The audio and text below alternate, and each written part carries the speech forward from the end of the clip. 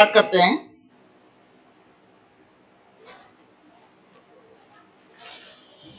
और देखते हैं आज के जो है हमारे टॉपिक को जो हमें पढ़ना था। और वो जो है हमें पढ़ना था जो है फ्लेम के बारे, कंबशन फ्लेम पार्ट 3 के बारे में हमें पढ़ना है।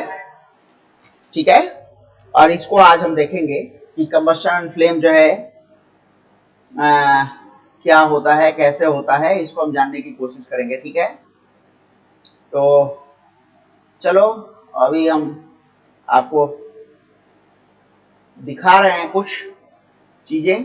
ठीक है, और समझाने की कोशिश कर रहे हैं कि क्या होता है कंबशन फ्लेम। और पिछले टर्म पे हम लोगों ने जो है कंबशन के बारे में पढ़ा। ठीक है, इसके अलावा जो है हमने कंबस्टिबल मटेरियल के बारे में पढ़ा, कैसे जो है हम फायर को कंट्रोल कर सकते हैं, इसके बारे में पढ़ा। अब आज जो है हमें पढ़ना है फ्लेम के बारे में। फ्लेम, जैसा कि आपके एनसीईआरटी बुक जो है अभी डिस्प्ले हो रहा है आपके स्क्रीन पे, और आप देख रहे हो कि जो है फ्लेम्स जो होते हैं वो यहाँ दिखाई दे रहा है। देखो यहाँ पे कैरोसिन लैंप है, कैंडल है और बुनसन बर्नर है। बुनसन बर्नर क्या होता है बताइए? ये लैब में जो है यूज होने वाला बर्नर होता है। ठीक है, ये जो फ्लेम है इसमें जो आप देख पा रहे हो, जो कुछ भी ये, ठीक है, ये जो अभी हमने जो है इंडार्कन किया, ठीक है, ये जो आप देख रहे हो इसमें बेसिकली जो है ये फ्लेम है। ठीक है, तो जो फ्लेम है, फ्लेम को हम कैसे जो है एक्सप्लेन करने की कोशिश करेंगे। ठीक है, कि वास्तव में फ्लेम है क्या। फ्लेम जो है वो जब हम किसी चीज को जो है बर्न करते हैं और वो लाइट के साथ बर्न होता है, तो लाइट जो एक स्पेसिफिक कलर में हमें येलो, व्हाइट या ब्लू कलर में जो हमें दिखाई देता है, स्पेसिफिक कलर ऑफ लाइट, वो स्पेसिफिक कलर ऑफ लाइट जो है उसका फ्लेम है। ठीक है, हम एक फ्लेम आपको दिखाने की कोशिश कर रहे हैं। लुक जो है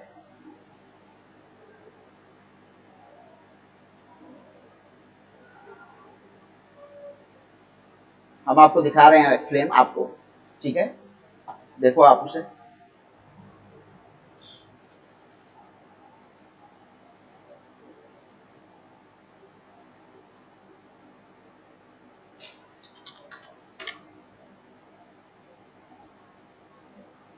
ये जो है फ्लेम है, अभी आपके स्क्रीन पे जो दिखाई दे रहा है ये फ्लेम है। इस फ्लेम को अगर हम देखें तो थोड़ा सा हम अलग तरीके से अभी दिखा दे रहे हैं आपको। एक मिनट।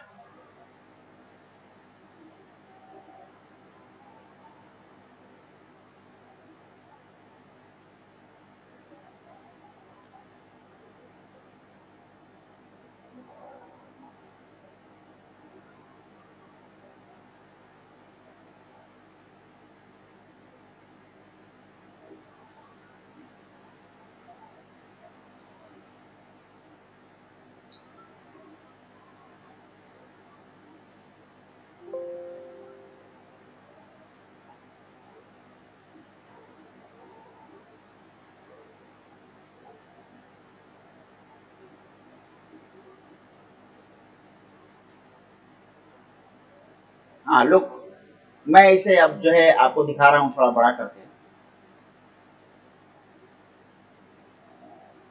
ताकि आपको पूरा दिखे ये।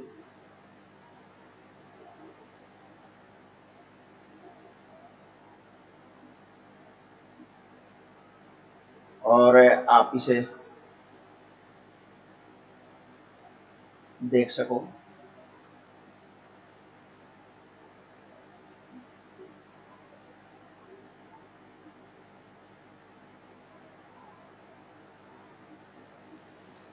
ये हाँ हम बड़ा कर रहे हैं। ताकि आप बेहतर ढंग से इसे देख सकें और समझ सकें कि फ्लेम क्या है। लो,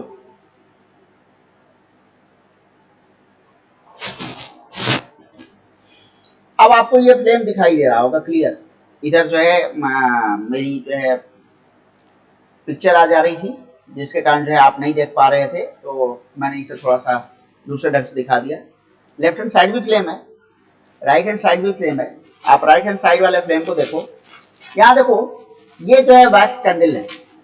अगर आप देख पा रहे हो तो ये जो है वैक्स कैंडल है, ठीक है।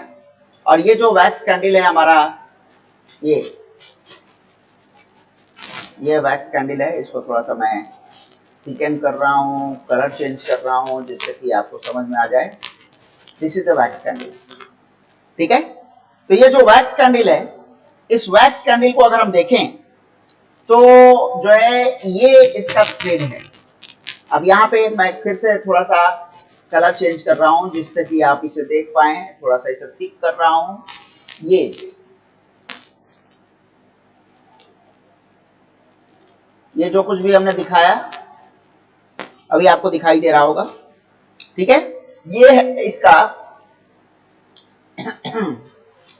थ्रेड जो कि जल रहा है, ठीक है।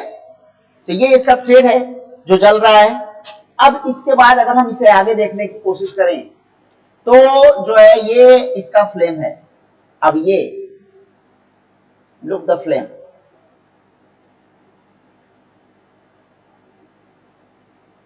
ये इसका फ्लेम है, ठीक है, जो हमने इंसर्कल कर दिया। अब इस फ्लेम को अगर हम देखें तो इस फ्लेम के 3 पार्ट दिखाई दे रहे हैं।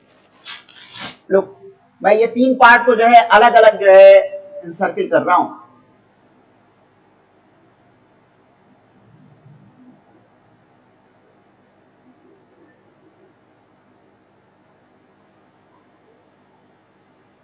अब ये जो बाहर वाला पार्ट है ये हॉटेस्ट पार्ट है, ठीक है। तो ये हमारा हॉटेस्ट पार्ट है। उसके अंदर अब ये देखो,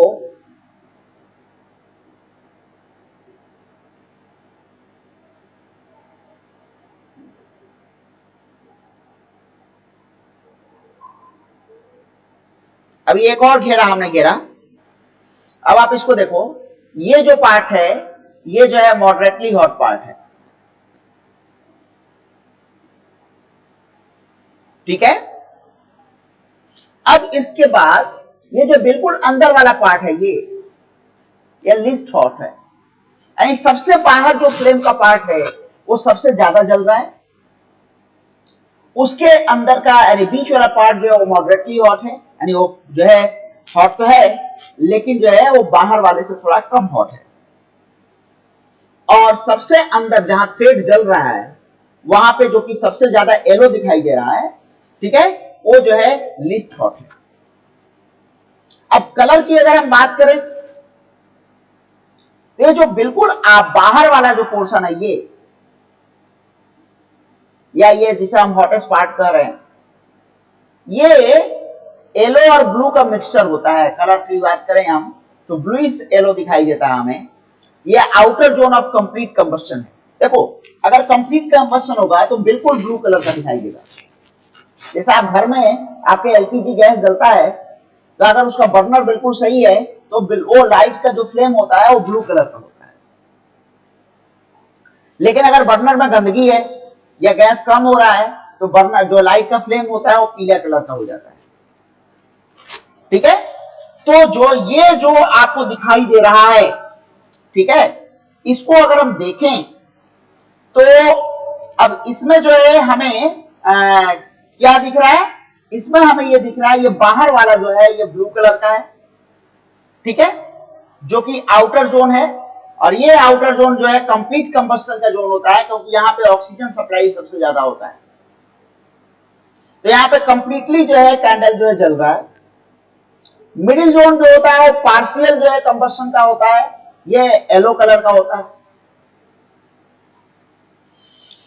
और मिडिल जोन जो है के बाद जो बिल्कुल नीचे जहां थ्रेड होता है, यहाँ ये जो अभी मैं थोड़ा सा जो है ये पूरा का पूरा जो है ये रेड कर दिया, ये जो अभी आप पूरा का पूरा रेड पोर्शन देख रहे हो, इस रेड पोर्शन को अगर हम देखें तो यहां पर जो है ये इनर मोस्ट जोन होता है जहां पे अनबर्न्ड वैक्स होता है और ये वेपर के फॉर्म में होता है। अगर बहुत ध्यान से अगर आप देखोगे तो ये ब्लैक कलर का दिखाई देता है, या ग्रेइश ब्लैक कह सकते हैं, ग्रेइश ब्लैक कलर का दिखाई देता है। तो ये जो है फ्लेम का स्ट्रक्चर है और ये जो डायग्राम है, ये डायग्राम बहुत ही इंपॉर्टेंट है आपके लिए, ठीक है। Usually this diagram is asked during the examination, ठीक है। तो जो फ्लेम है वो फ्लेम के जो है 3 पार्ट हो गए, hottest part, moderately hot part, least hot part. और कंबस्टिबल जोन के आधार पे outer zone of complete combustion, middle zone of partial combustion and inner zone of unburned wax. ये जो है हो गया। कंप्लीट कंबस्शन जब होगा तभी वो ब्लू कलर का जलेगा, जहां मॉडरेट कंबस्शन होगा वो पीले कलर का जलेगा, जहां बिल्कुल कंबस्शन नहीं होता है वहां पे वो स्मोक होता है या वेपर के फॉर्म में होगा, ठीक है।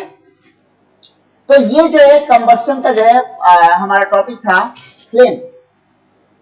अब फ्लेम जो है कि स्ट्रक्चर को आपने देख लिया। अब यहां पर टेबल 6.2 में अगर हम देखें तो आपसे पूछा जा रहा है कि the certain materials are there, you have to write where the forms flame or does not form flame। यानी जो फ्लेम फॉर्म करता है उसके बारे में लिखना है और जो नहीं करता है उसके बारे में लिखना है। तो कैंडल फॉर्म करता है फ्लेम, मैग्नीशियम फ्लेम फॉर्म करता है, कैम्फर फ्लेम करता है फॉर्म, कैरोसिन स्टोव भी फ्लेम करता है, चारकोल जो है शुरुआत में फ्लेम फॉर्म नहीं करता, बाद में फ्लेम फॉर्म करता है, ठीक है। तो ये जो है डिफरेंट मटेरियल्स थे जिनके बारे में जो है आपको बताना था। लुक हियर, अब जो है अगर हम फ्लेम के हॉटेस्ट पार्ट को या मॉडरेट हॉट पार्ट को जो है जानना चाहें तो हम आसानी से पता लगा सकते हैं कि कौन हॉटेस्ट पार्ट है और कौन जो है मॉडरेट हॉट पार्ट है या कौन जो है लीस्ट हॉट पार्ट है। आप एक सेम थिकनेस के जो है किसी वायर को, आयरन के वायर को ले लो या कॉपर के वायर को ले लो, ठीक है, या जो है इनको ले करके आप फ्लेम के आउटर मोस्ट पार्ट पे जो है रखो। जब फ्लेम के आउटर मोस्ट पार्ट पे जो है उसको रखोगे और उसके बाद देखो कि वो कितने देर में वो रेड हॉट हो जाता है। फिर उसके बाद जो है जब वो ठंडा हो जाए तो ठंडा होने के बाद या किसी दूसरे वायर को ले लो, सेम वायर को, सेम टाइप ऑफ वायर को, उसको बीच वाले पार्ट में, मॉडरेट हॉट वाले पार्ट में जो हमने बताया आपको, उसमें रखो, यानी पीले वाले पोर्शन में रख करके देखो कि वहां पे वो कितने देर में रेड हॉट होता है।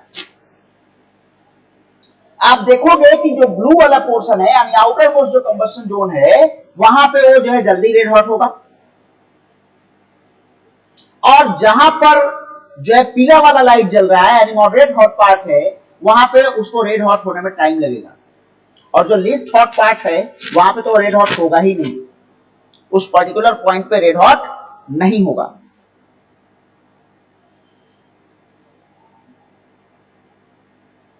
थ्रेड कैंडल का जो है वो व्हाइट कलर का यूजुअली होता है, ठीक है, और कैम्फर आपके घरों में जो पूजा होता है, कपूर जो जलाया जाता है उसे ही हम कैम्फर कहते हैं, ठीक है।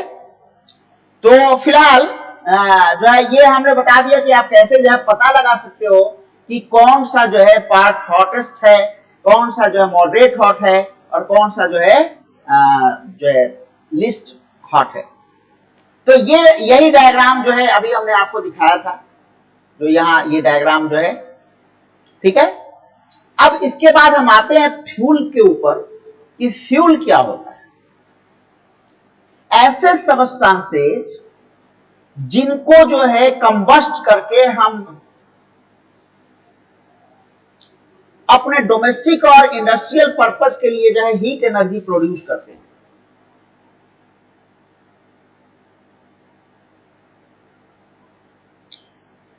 हाँ बेटा, जो है बिल्कुल जो है सेंटर मोस्ट पार्ट वाले में जहां पे ब्लैकिश ग्रे कलर है वहां पे अगर रखोगे तो वहां पर जो है नहीं रेड हॉट होगा। अच्छा, एक चीज और, ये डायग्राम देखो जरा, ये डायग्राम जो है आपके लिए काफी इंपॉर्टेंट है। पहले हम इसकी बात कर ले, उसके बाद हम फ्यूल पे चलेंगे, ठीक है। यहां ये देखो, ये गोल्ड स्मिथ है और ये गोल्ड स्मिथ जो है ये सोने को पिघला रहा है। मेटालिक पाइप के थ्रू जो है ये लाइट को जो है, फ्लेम को जो है ब्लो कर रहा है किसी मेटल के ऊपर। अब ये जो मेटालिक पाइप के थ्रू जो है ब्लो कर रहा है, उससे क्या हो रहा है कि यहां इधर ऑक्सीजन सप्लाई बढ़ जाएगी।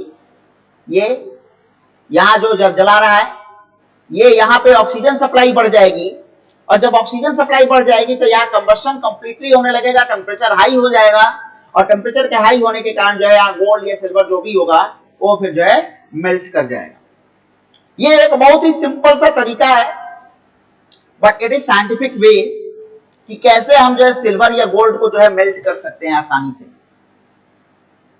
क्योंकि अगर हम उसको फ्लेम के ऊपर रखेंगे तो जल्दी मेल्ट नहीं होगा, लेकिन जब हम उसे जो है बाहर की तरफ ब्लो करेंगे तो एयर सप्लाई बढ़ जाएगी, और एयर सप्लाई के बढ़ जाने के कारण क्या होगा कि जो मेटल होगा वो मेटल आसानी से पिघल जाएगा, क्योंकि वहां पे कंबस्टन जो है मैक्सिमम होने लगेगा, टेम्परेचर बहुत हाई हो जाएगा और मेटल जो है वो मेल्ट कर जाएगा। मेटालिक पाइप से ही ब्लो करना होता है, प्लास्टिक की पाइप से आप ब्लो नहीं कर पाओगे बेटा, क्योंकि वो कहां पे प्लास्टिक, वो मेटालिक पाइप इसलिए रखा गया है ताकि वो मेटालिक पाइप खुद जो है मेल्ट ना कर जाए, ठीक है। अगर वहां पे प्लास्टिक का पाइप होगा और आप फ्लेम के ऊपर रखोगे तो जल जाएगा, गल जाएगा, मेल्ट कर जाएगा। That's why we have to use metallic pipe. तो मेटालिक पाइप जो है वो एक्स्ट्रा ऑक्सीजन प्रोवाइड कर रहा है, एक्स्ट्रा एयर प्रोवाइड कर रहा है, और उसके कारण जो है वो ब्लो कर रहा है, और ब्लो करके जब बाहर की तरफ निकल रहा है तो वहां पे एटमॉस्फेयर के सराउंडिंग में, यानी जो एटमॉस्फेयर में जो ऑक्सीजन है वो उसे मिल रहा है और मैक्सिमम कंबस्टन हो रहा है, ठीक है। तो अब जो है इसके बाद आगे जब हम बढ़ते हैं, फ्यूल की बात हम कर रहे थे कि अगर हम हीट एनर्जी को जो है ऑब्टेन करने के लिए, डोमेस्टिक या इंडस्ट्रियल पर्पस के लिए हीट एनर्जी को ऑब्टेन करने के लिए जिन कंबस्टेबल मटेरियल को जलाते हैं उन्हें हम बोलते हैं फ्यूल। जैसे देखो यहाँ पे वुड है, चारकोल है, पेट्रोल है, केरोसिन है, ठीक है, एलपीजी है, सीएनजी है, ये सारे के सारे क्या है, फ्यूल्स है। फ्यूल जो होता है वो आइडियल फ्यूल जो है तो जनरली कोई होता ही नहीं है, परफेक्ट या आइडियल। नेचर में कोई भी चीज आइडियल या परफेक्ट नहीं होता, बट जो है आइडियल या परफेक्ट फ्यूल के नजदीक तक तो पहुंच सकता है।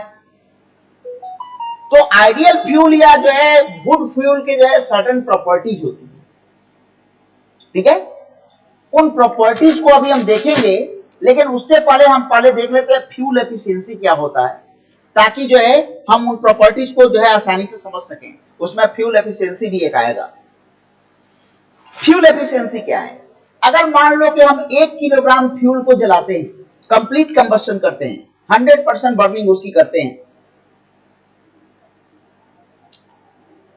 तो थर्मोसेटिंग प्लास्टिक भी काम नहीं करेगा बेटा। वो थर्मोसेटिंग प्लास्टिक का मतलब ये नहीं होता है कि वो कभी जो है पिघलेगा ही नहीं। जब टेम्परेचर जो है हाई होगा तो उस कंडीशन में वो भी जो है डैमेज हो जाएगा, ठीक है ना। We have to use metallic pipe only. तो डिमोल्ड होना और डैमेज होना दो अलग अलग चीजें होती हैं, ठीक है। वहां हमने पढ़ा था कि वो डिमोल्ड नहीं होते, but that can be damaged, क्योंकि आप देखते हो इलेक्ट्रिक स्विचेस जो होते हैं आपके थर्मोसेटिंग प्लास्टिक से बनते हैं, लेकिन इलेक्ट्रिक स्विच भी जलता है ना, जल जाता है या नहीं जल जाता है घरों में, ठीक है।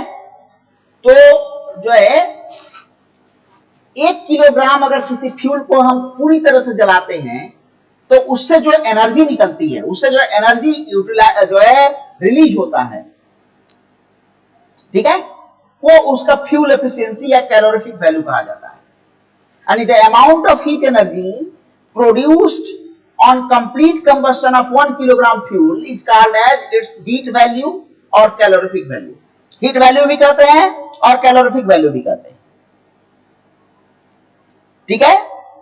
तो heat value या calorific value दोनों एक ही चीज है और ये यूजुअली किलो जूल में मेजर किया जाता है, किलो जूल पर केजी। जूल जो है वो एनर्जी का यूनिट है, जो कि एक छोटा यूनिट है, और बड़ा यूनिट जो है किलो जूल होता है। किलो जूल का मतलब ये हुआ कि 1000 joule equal to 1 kilo joule. जैसे 1000 ग्राम बराबर 1 किलोग्राम होता है, ठीक वैसे ही जो है 1000 जूल बराबर 1 किलो जूल होता है। तो if 1 kilogram fuel is burning, completely burning, और उसमें जो हमें हीट एनर्जी मिलता है किलो जूल में, वो उस फ्यूल का जो है कैलोरीफिक वैल्यू होगा। कैलोरीफिक वैल्यू जो होता है वो जो है अलग अलग जो है जो मटेरियल्स होते हैं या फ्यूल्स होते हैं उनका अलग अलग होता है। यूजुअली जो सॉलिड फ्यूल्स होते हैं उनका कैलोरीफिक वैल्यू कम होता है, लिक्विड फ्यूल का उससे ज्यादा होता है और गैसियस फ्यूल का सबसे ज्यादा होता है यूजुअली। दूसरी चीज, कैलोरीफिक वैल्यू के साथ साथ यानी हीट वैल्यू के साथ साथ देखो यहाँ पे table 6.4 calorific value of different fuels दिया हुआ है। अगर आप इसे देखोगे तो इसमें आप देखो काउडंग केक यानी गोहरी या कुपले जो होते हैं, ठीक है, ये अगर हम 1 केजी जलाते हैं तो एनर्जी जो है रिलीज होता है 6000 टू 8000 किलो जूल। बट उसके जगह पे अगर हम ऊड को जलाते हैं तो यही एनर्जी इंक्रीज करके 17000 टू 22000 हो जाता है। कोल जलाते हैं तो और इंक्रीज कर गया 25000 टू 33000। पेट्रोल जलाते हैं तो 45000, कैरोसिन जलाते हैं 45000, डीजल 45000, मीथेन जो है जलाते हैं जो कि बायोगैस है 50000, सीएनजी 50000, एलपीजी 55000, ठीक है। और बायोगैस जो है और मीथेन में अंतर थोड़ा सा ये है कि मीथेन जो है सिंगल गैस है और बायोगैस में मीथेन जो है 80% होता है और 20% अदर गैसेज होती हैं। तो वो जो अदर गैसेज होती हैं उनके मिले होने के कारण बायोगैस का कैलोरीफिक वैल्यू या हीट वैल्यू थोड़ा सा कम हो जाता है और वो हो जाएगा 35000 टू 40000। सबसे ज्यादा जो है हीट वैल्यू जो होता है वो होता है हाइड्रोजन गैस का 1,50,000।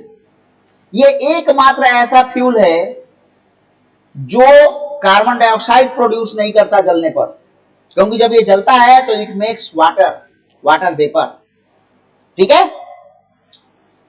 तो मीथेन जो है ये गैस है। अभी आप जो है 10th में जब जाओगे तो आप पढ़ोगे मीथेन, इथेन, ब्यूटेन, प्रोपेन, ये सब जो है गैस है। कार्बन और हाइड्रोजन के मिलने से जो गैसेस बनती हैं उनमें से एक है मीथेन, ठीक है। मीथेन का फार्मूला होता है CH4, जैसे वाटर का H2O होता है वैसे मीथेन का फार्मूला होता है CH4, ठीक है। बिल्कुल मीथेन गैस है। तो कैलोरीफिक वैल्यू जो है क्या हुआ, यानी 1 किलोग्राम अगर हम किसी फ्यूल को जलाते हैं तो जितना एनर्जी प्रोड्यूस करता है वो उस फ्यूल का कैलोरीफिक वैल्यू या हीट वैल्यू है। तो अगर हम काउडंग केक के 1 किलोग्राम को जलाएंगे तो 6000 to 8000 kilo joule energy produce करेगा। इसका मतलब ये हुआ कि इसका जो कैलोरीफिक वैल्यू है या हीट वैल्यू है वो 6000 टू 8000 है किलो जूल पर किलोग्राम। वुड का जो दिया हुआ है, कोल दिया हुआ है, इसमें मैक्सिमम आ गया हाइड्रोजन का जो 1,50,000 किलो जूल पर किलोग्राम है।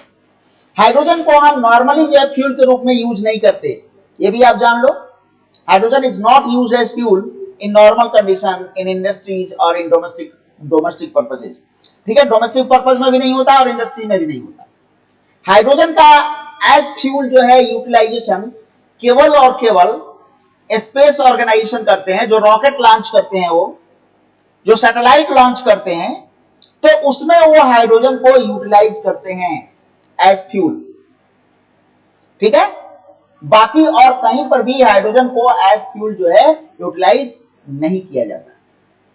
जितने भी फ्यूल्स हैं एक्सेप्ट हाइड्रोजन, सबको जलाने पे हार्मफुल प्रोडक्ट्स जो है प्रोड्यूस होते हैं। अब यहां पे एक चीज और भी जान लो, जैसे जैसे कैलोरीफिक वैल्यू बढ़ेगा उनके जलने पे हार्मफुल गैसेज का या हार्मफुल प्रोडक्ट्स का जो है प्रोडक्शन भी कम होता जाएगा। यानी काऊ डंग केक और वुड को जलाने में, कोल को जलाने में ज्यादा जो है होगा, पेट्रोल केरोसिन डीजल में ज्यादा होगा, लेकिन सीएनजी और एलपीजी में जो है प्रोडक्ट्स जो है ये हार्मफुल प्रोडक्शन जो है थोड़ा कम हो जाता है। ठीक है, तो अब हमें ये तो हमने जान लिया कि जो है कैलोरीफिक वैल्यू क्या है।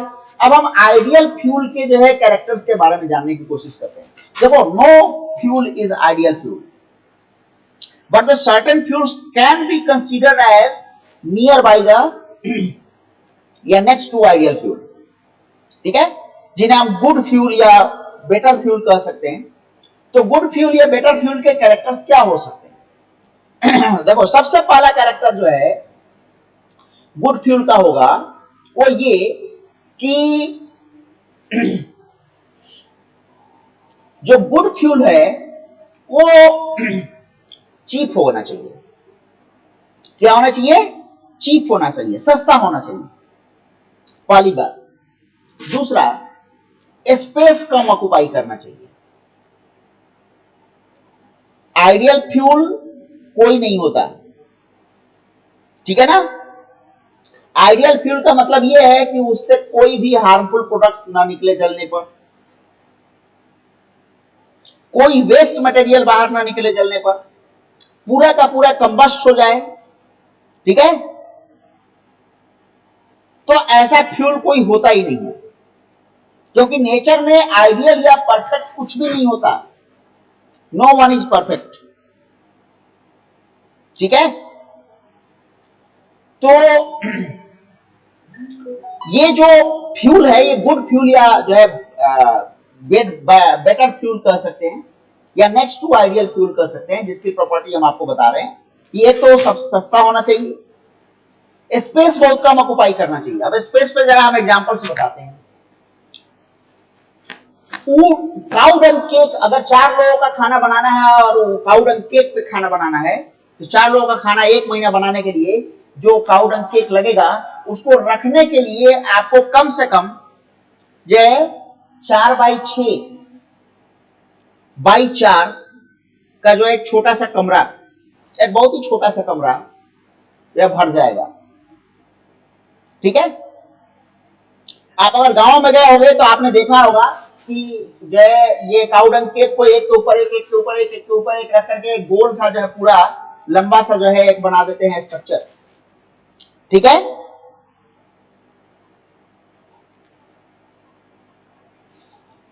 बेटा कैलोरीफिक वैल्यू केवल इक्वल होना मायने नहीं रखता, मायने ये रखता है कि which one is more available in the country. ठीक है, और वो जो इंजन है वो इंजन जो है डीजल पे चल सकता है या केरोसिन पे चल सकता है। ठीक है, जनरली केरोसिन जो होता है वो इंजन के लिए बहुत अच्छा जो है फ्यूल नहीं माना जाता। ठीक है, ये सब चीजें आप आगे के क्लासेस में पढ़ोगे। सिर्फ कैलोरीफिक वैल्यू ही वो फैक्टर नहीं है जिसके आधार पर हम ये डिसाइड कर लें कि हम यही फ्यूल जो है हर जगह यूज करेंगे। ठीक है, जैसे हर कार जो है सीएनजी से नहीं चलती ना, बहुत कम कारें होती हैं जो सीएनजी से चलती हैं। ठीक है, सीएनजी तो उससे बेहतर है डीजल और पेट्रोल से। ठीक है, तो अब जो है स्पेस जो होता है वो काऊ डंग केक बहुत ज्यादा ले लेगा, ऊंट थोड़ा उससे कम लेगा, कोल उससे थोड़ा कम लेगा, लेकिन एलपीजी एक सिलेंडर होता है, उसमें जो है 4 लोगों का खाना 1 महीने बन सकता है बड़े आराम से। तो स्पेस कम लिया। 4 लोगों का खाना बनाने के लिए जो हमने एलपीजी यूज किया वो जनरली आज के समय में 900 रुपए के आसपास में मिल जाता है, लेकिन 4 लोगों के लिए काऊ डंग केक अगर खरीदने जाओगे 1 महीने के लिए तो लगभग 1000-1200 रुपए के आसपास पड़ेगा। ठीक है, कोल थोड़ा सा सस्ता पड़ सकता है, लेकिन केवल सस्ता होना तो फैक्टर है नहीं, सस्ता होने के साथ साथ स्पेस भी कम ऑक्युपाई करना चाहिए। अच्छा, एक और चीज, एक गुड फ्यूल को जो है ट्रांसपोर्ट करने के लिए वो ट्रांसपोर्टेशन उसका इजी होना चाहिए। अब ट्रांसपोर्टेशन इजी किसका होगा? जो कम जगह घेरेगा उसी का तो ट्रांसपोर्टेशन इजी होगा। ठीक है, तो ट्रांसपोर्टेशन इजी होना चाहिए, जगह कम घेरना चाहिए, कैलोरीफिक वैल्यू ज्यादा होना चाहिए और सस्ता होना चाहिए। और इसके साथ साथ हमें जो है एक और चीज का ध्यान देना है कि जो है हार्मफुल प्रोडक्ट्स जो है कम से कम प्रोड्यूस करें, हार्मफुल प्रोडक्ट्स कम से कम प्रोड्यूस करें, ठीक है। तो काऊ डंग केक जो है ज्यादा यूज करेगा और जो है ये है हमारा वुड है, ये भी ज्यादा हार्मफुल प्रोडक्ट प्रोड्यूस करेगा, कोल भी प्रोड्यूस करेगा। एलपीजी बेहतर जो है क्योंकि वो वेस्ट मटेरियल्स या जो है ये हार्मफुल प्रोडक्ट्स जो है कम प्रोड्यूस करता है, ठीक है। तो ये था हमारा गुड फ्यूल या बेटर फ्यूल या जो है आइडियल फ्यूल के आसपास की चीजों को समझने के लिए ये क्या हो सकता है आइडियल फ्यूल, ठीक है। तो आज के लिए जो है बस इतना ही। कल जो है शायद आपकी छुट्टी है, आई थिंक मुहर्रम की, ठीक है। तो परसों जब हम मिलेंगे शनिवार को, तो शनिवार को जो है हम फर्दर जो है देखेंगे इस चैप्टर के जो है लास्ट पोर्शन को, ठीक है। No, hydrogen is not ideal fuel, क्योंकि हाइड्रोजन की भी अपनी सर्टेन लिमिटेशंस है, ठीक है। क्योंकि हाइड्रोजन को जो है बर्न करने के लिए जो है वो स्पेसिफिक कंडीशन चाहिए। नॉर्मली हाइड्रोजन ऑक्सीजन के साथ रिएक्ट करके ऐसा ही आसानी से बर्न नहीं करता। यही कारण है कि हाइड्रोजन को हम फ्यूल के रूप में जो है नॉर्मल कंडीशन में नहीं यूज करते, वो केवल स्पेस इंडस्ट्रीज में होता है, स्पेस ऑर्गेनाइजेशन करते हैं, ठीक है ना, साइंटिस्ट करते हैं, ठीक है। नहीं, वो सिलेंडर एक ही है, उसमें कोई अंतर नहीं होता, ठीक है। तो जो है ये हो गया हमारा आज का। अब कल परसों जब हम मिलेंगे तो हम और भी चीजें जो है पढ़ेंगे, ग्लोबल वार्मिंग क्या होता है, एसिड रेन क्या होता है, ठीक है। इन सब चीजों के बारे में जानने की कोशिश करेंगे। तो आज के लिए बस इतना ही, ठीक है। Okay, thank you.